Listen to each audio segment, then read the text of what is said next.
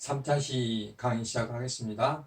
2007년도에 서해안에 있는 태안 앞바다에 기름이 유출돼서 굉장히 큰 문제가 있었죠. 우리 전 국민이 그 기름을 제거하기 위해서 자원봉사하는 바가 있는데, 그런 그 해양에서 일어나는, 바다에서 일어나는 유류 오염에 대해서 3차시에서는 강의하도록 하겠습니다.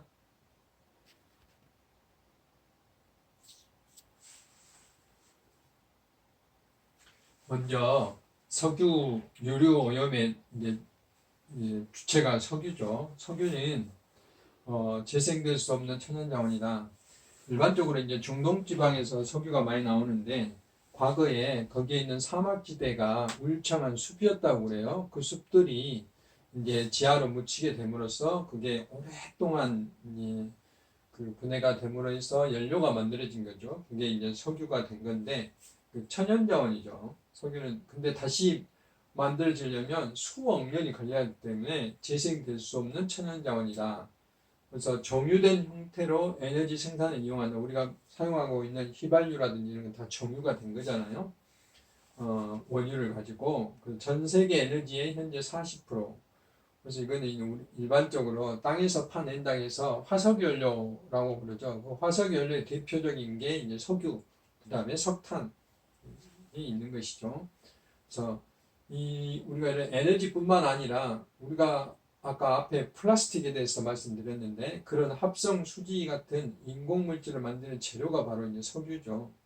그래서 정유 후에 남은 것을 아스팔트, 또 난방, 건축, 도로 포장 이런 데 이제 이런 아스팔트를 사용하게 되는 것이죠. 그래서 이 원유를 가지고 뭐 가솔린, 납사, 등유, 경유, 중유 이런 것들을 만드는 것이고, 석유 화학 제품을 만들기 위해서 뭐 합성 수지, 합성 원료, 합성 고무, 기타 제품, 에폭시 같은 거. 에폭시는 우리가 큰 물탱크에 에포시 코팅을 하게 되면 뭐 물이 새지 않게 한다든지, 또는 바다에 있는 그 배 선박에서도 뭐 에폭시로 코팅을 하게 되면 물이 새지 않게 한다든지 이런 것들이죠. 이게 굉장히 많은 제품들이 석유로부터 이렇게 유래돼서 만들어진다 것이죠. 우리 석유가 지금 현재 우리 이 인류가 살아나가는데 대단히 공헌을 많이 했죠. 이렇게 풍요로운 생활을 할 수 있고, 또 수많은 우리가 이용하는 물건들을 만들어내고. 근데 그렇지만 이게 너무 많이 사용하다 보니까 지구의 환경 영향을 초과하게 된 것이죠. 자동차, 비행기, 선박, 수많은 플라스틱 이런 것들이 만들어지다 보니까 지구가 버틸 수가 없는 거죠. 기후변화가 일어나게 되는 주 원인이 바로 이제 이런 석유와 같은 화석 연료의 사용 때문에 그러죠.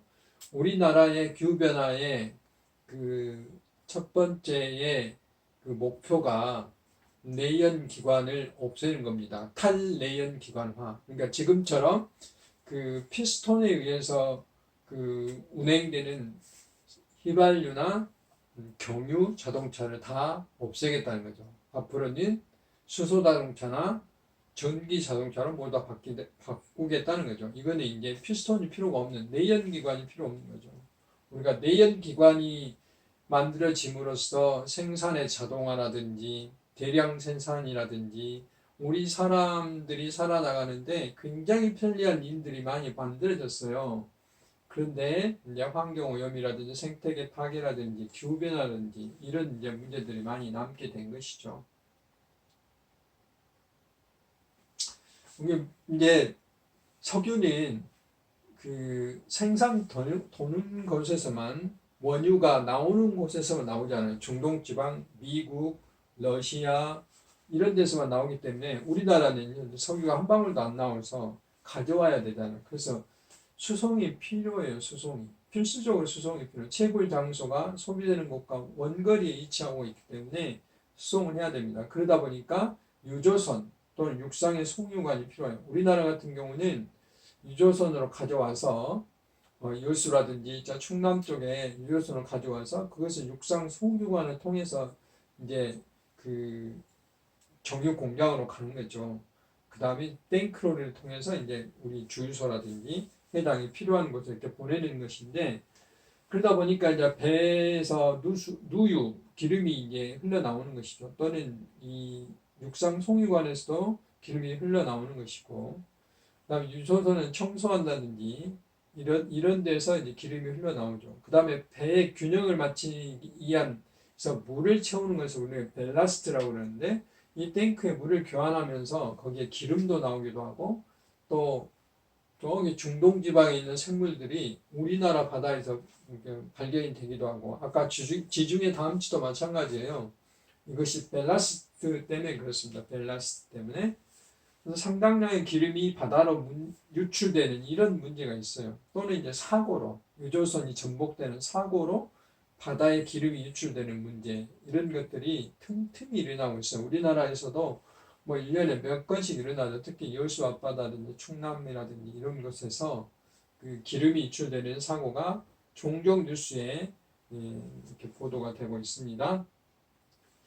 세계의 주요 석유 수송로를 보면은 이제 우리나라 여기가 있죠. 우리 여러분은 최근에 가끔 호르무즈란 이란 근처인데 호르무즈만이라는 것을 뉴스에서 많이 들어봤을 거예요.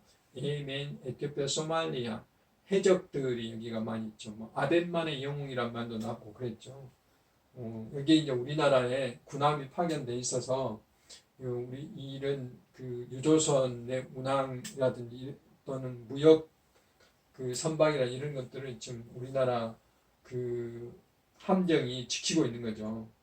이 해적들이 틈만 나면 납포를 해가기 때문에 그래서 이렇게 굉장히 중요한 지역이죠. 근데 이 중동 지방에서 나오는 석유들이 원유들을 이런 그 해역을 통해서 우리나라까지 가져오게 되는 거고 또는 이제 뭐 미국으로도 가져가게 되는 거고 남아 아메리카 쪽으로도 가져가게 되는 거고 이런 것이죠.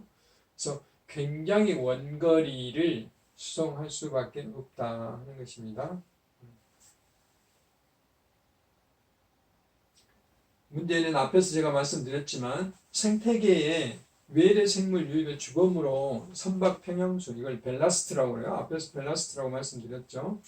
이 선박 평형수가 선박에 짐을 싣고 내리는데 이게 그 짐이 없었을 때는 컨테이너가 없었을 때는 선박의 평형을 유지하기가 어려워요. 그래서 물을 채우는 것이죠. 이렇게 하역시 이게 그 컨테이너가 없었을 때는 이렇게 평형수를 주입을 해요. 물 속에 주입이 완료가 되고 그 다음에 이제 이 물건을 컨테이너를 실었을 때는 물을 빼내요. 다시 평형수를 배출.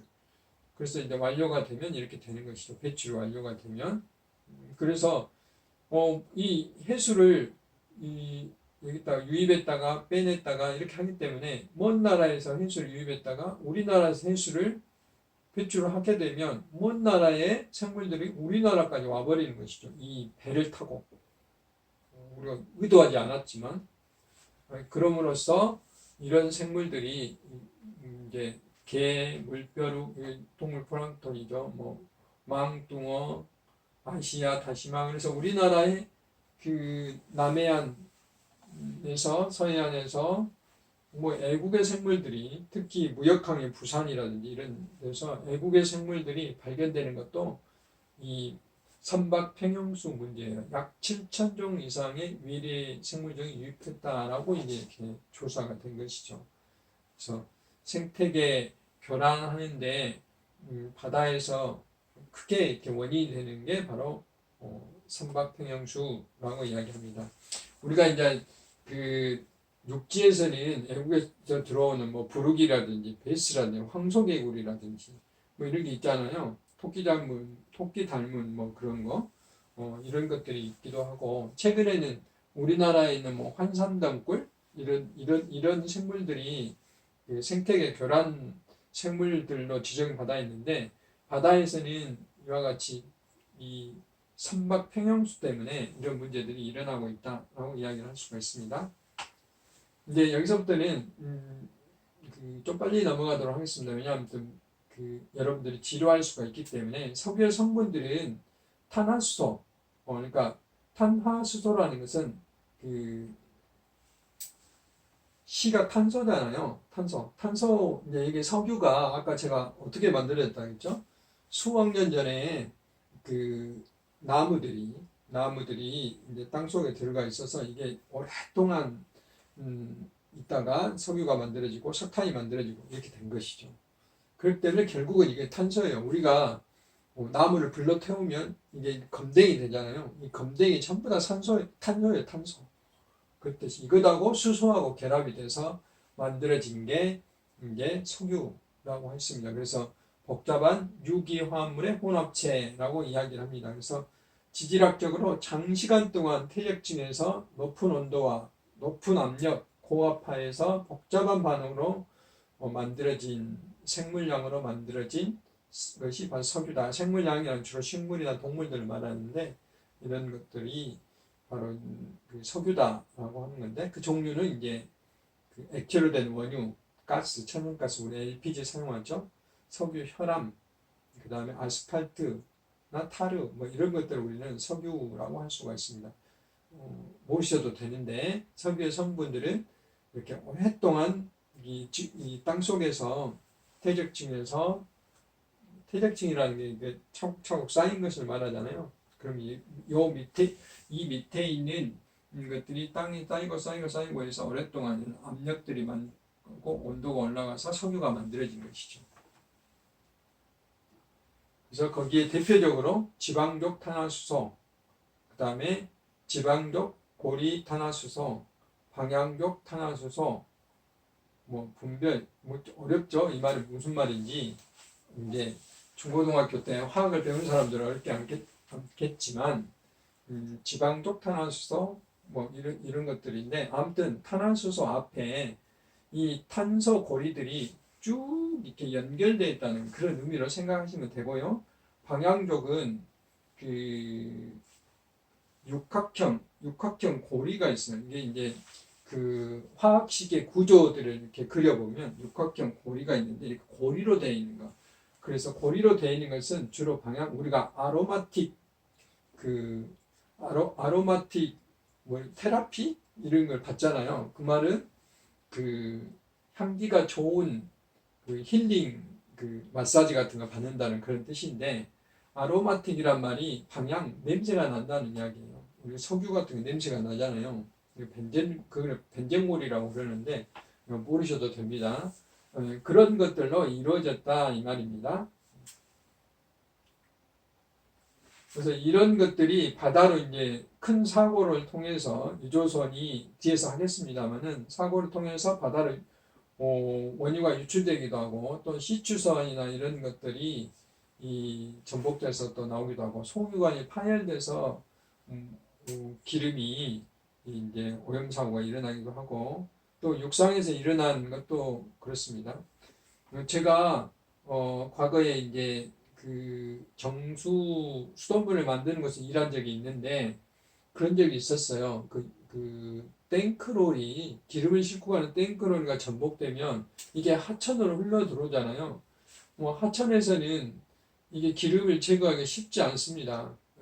굉장히 빠른 속도로 이렇게 흘러가기 때문에 그럼에도 불구하고 이걸 없애려면 이제 그 유류 제거막이라든지 이런 것들을 설치를 하고 결국은 사람들이 가서 다 닦아내야 돼요. 그런 문제들이 발생하죠. 육상에서는 그나마 그 적은 곳만 이렇게 비교적 좁은 데만 영향을 미치기 때문에 그나마 나은데 바다에서는 굉장히 문제가 돼요. 해양 유출 같은 경우에 굉장히 큰 문제가 되는 것이죠.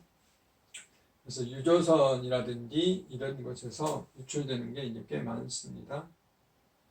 그 다음에 이제 그 유출된 유류가 분해기 일어난다 하는 것은 우리가 이제 공기 중에도 어떤 냄새가 나면 우리가 짜장면집 앞에 지나가면 짜장면 냄새가 나잖아요. 그럼 그 냄새가 확산돼서 이렇게 우리 코로 오는 거죠. 마찬가지로 바다로 이제 기름이 유출되게 되면 이거 바람이라든지 또는 바다 아까 물이 흘러가기도 난류라든지 수 표면상에 뭐 여러 가지 환경 조건으로 쫙 퍼지게 되는 거죠. 이걸 확산이라고 그러고 또 이제 기름 성분이 휘발성이 있기 때문에 증발이 되는 거죠. 이렇게 증발이 되는 이런 확산과 증발에 의해서 넓게 퍼지는 거예요, 바다에. 뭐 이 내용은 모르셔도 되는데, 그다음에 이제 용에 분해된다는 이야기죠. 물에 녹는 거예요. 더 문제죠. 이렇게 그냥 퍼지기만 하면 제거 걷어내면 되는데 물에 녹아 들어가면 이건 더 큰 문제고, 그다음에 이제 오랫동안 이게 거치게 되면 이게 이제 덩어리가 만들어진 거죠. 그걸 타르볼이라고 해요. 처음에는 미끈미끈한 물하고 기름하고 섞여서 유상액이라는 게 만들어지는데, 미끈미끈한 마치 무스와 같은 이런 미끈미끈하다가 이게 오래되면 기름 덩어리가 만들어져요. 이걸 타르볼이라고 그러는데, 이렇게 되면 이것이 이제 끈적끈적한 시커먼 것들이 바위에 묻게 되는 거죠. 그러면 이게 거의 제거가 안 돼요. 그래서 뒤에서 제가 태안 서산에서 일어났던 그 사고의 사진을 보여줄 텐데, 그걸 우리 국민들이 전부 부직포로 닦아낸 거죠. 근데 이런 앞에서 확산돼서 널리 퍼지고 증발돼서 냄새 나게 하고 이게 물에 녹아 들어가고 이게 이제 오랫동안 되면 이렇게 타르볼로 끈적거린 것으로 바뀌어지고 하는 겁니다. 석유의 주성분이 아까 탄화수소라고 그랬죠.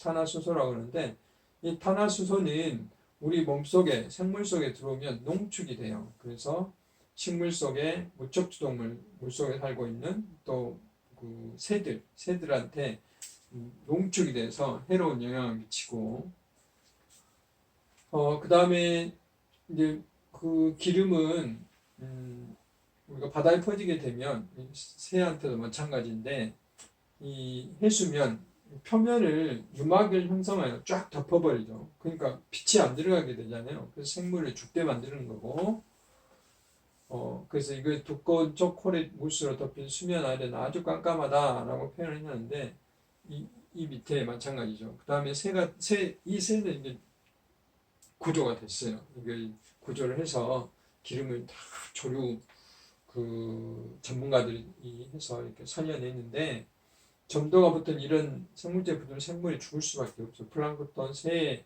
포유 다 죽게 되는 거죠. 점도가 높아서 붙게 되면. 그다음에 아까 휘발성 유기물질 같은 독성이 있고요. 장기적으로 생태 독성보다는 뭐 포착이 어렵긴 한데 이 독성도 조금 있고, 냄새 나서 수산물과도 팔 수가 없죠. 뭐 조개류라든지 거기 생선들 팔 수가 없는 것이죠. 그다음 생태계에 미친 영향 회복, 뭐 이것은 굉장히 오랫동안 개체수라든지 이런 건 문제가 있을 수가 있다는 이야기입니다. 이렇게 수면 위에 이런 기름띠가 이제 끼는 것은 아까 앞에서 말씀드렸다시피 이런 유막층이 형성되기 때문에 넓게 확산이 된다는 것이죠. 이렇게 그 두께가 이렇게 0.1 마이크로미터니까 굉장히 얇은 두께로 되는 것이죠. 그래서 그리고 결국은 타르볼이 만들어진다고 했죠. 바다보다 10배나 무겁기 때문에 이런 것들 끈적끈적 덩어리 상태로 만들어져서 아스프트 포장도로처럼 만들어버린다. 이런 이제 문제를 일으킨다 하는 것이고, 그러니까 아까 타르볼, 또 다른 말로 오일볼이라고 하는데, 오일볼이 이렇게 만들어서 이 바위에 붙으면 좋은데 계속 떠다닌다는 거죠. 그래서 그 넓은 범위까지도 이런 것들이 영향을 미치게 된다 하는 것입니다. 거기에 대한 이제 전체적인 이야기를 하는 거고요.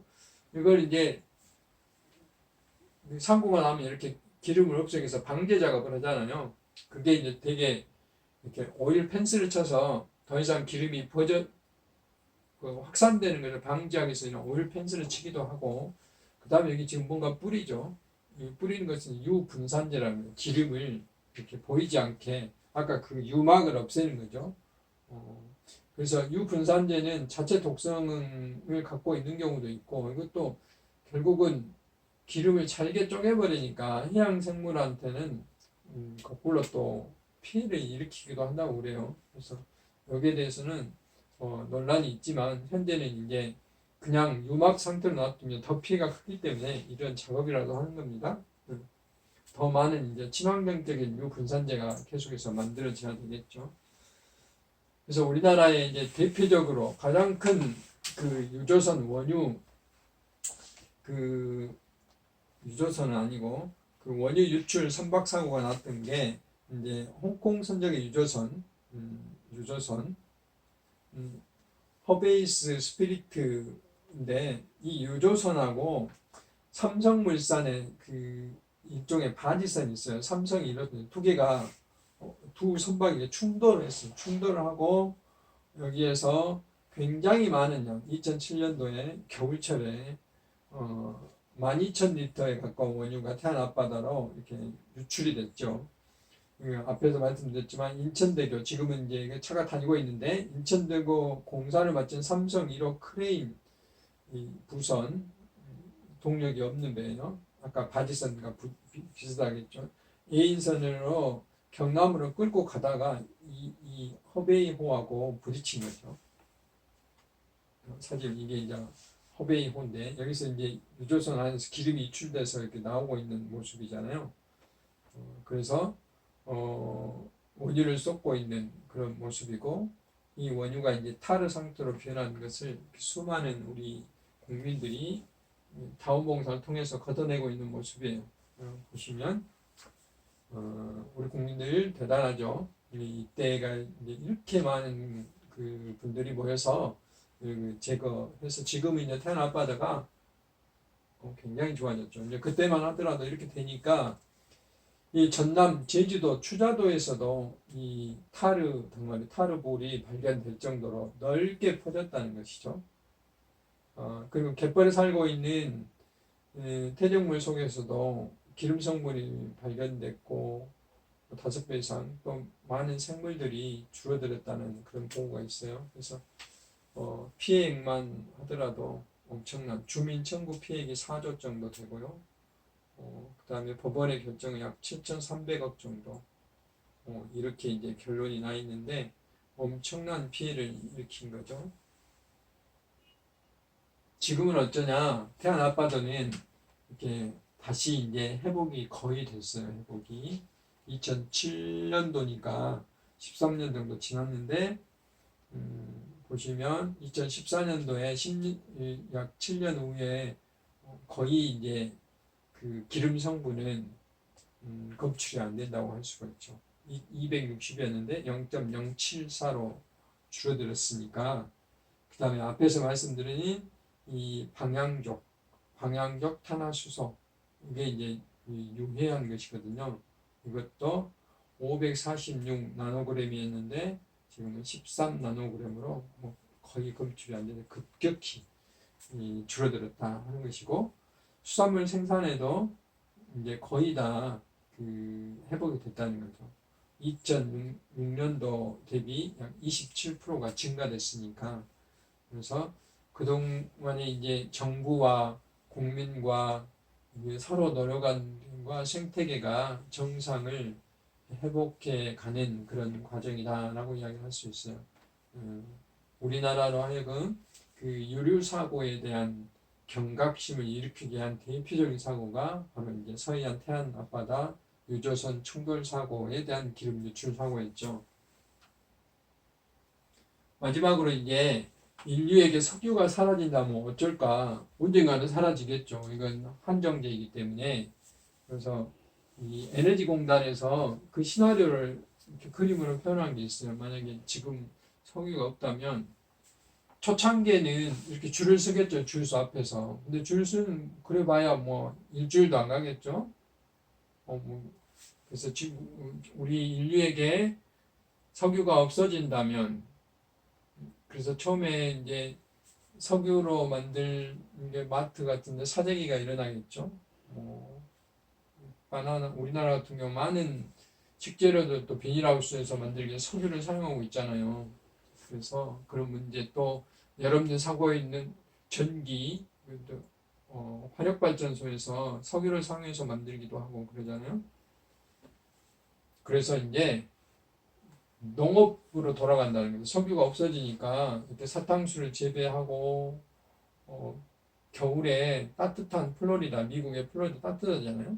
이런 데 가서 사탕수수를 다시 재배하는 그런 다시 옛날로 돌아가는 그런 문제도 발생되고 그다음에 이제 이런 그 미세 그 조류를 가지고 플랑크톤 가지고 그 유기 석유, 그러니까 에너지 자원, 에너지를 석유를 만드는 천연 디젤류를 만드는 그런 연구들이 좀 더 활발하게 이루어질 것이라는 거죠. 실제로 이거는 성공해서 현재 사용하고 있어요. 근데 경제성이 없죠. 지금 자연적으로 만드는 석유보다는 덜하기 때문에. 그리고 많은 사람들은 텃밭가꾸기 같은 걸 해서 그 자생 노력을 할 것이다. 지금 마스크가 그런 우리가 글로벌 세상이었기 때문에 마스크를 안 만든 나라가 많잖아요. 그래서 굉장히 어려움 많이 겪고 있는데 다행히 우리나라는 미세먼지 때문에 옛날부터 마스크를 많이 만들어 수출도 하고 그랬는데 근데 이런 문제들이 만약에 석유가 없어진다고 가상해 보면 지금 코로나 바이러스에 겪고 있는 현상하고 비슷하게 될 것이라는 생각도 이렇게 시나리오를 통해서 해볼 수 있습니다. 그래서 이렇게 다시 1차 산업인 농업이 발달되게 되고 생태적인 것들이 훨씬 더 강조되고 이런 일들이 일어날 것이다 하는 것들을 많은 학자들이 예상을 하고 있어요. 석유는 유한제이기 때문에 그만큼 이제 우리가 앞으로 앞에서 말씀드린 바다를 이용할 때 풍력이나 태양광이나 아까 조류발전, 조력발전 이런 쪽에 환경을 해치지 않으면서 할 수 있는 방법들을 많이 개발을 해야 된다는 것입니다. 그래서 이제 11주차에 그동안에 강의한 내용들을 정리해 보면 먼저 바다는 어떤 구조로 되어 있고 해양 생태계는 어떤 것인가에 대해 했고요.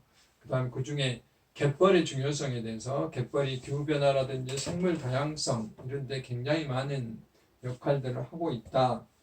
그래서 이런 중요성들이 최근에 인식돼서 간척을 역간척하는 일도 현재 우리나라가 진행을 하고 있다.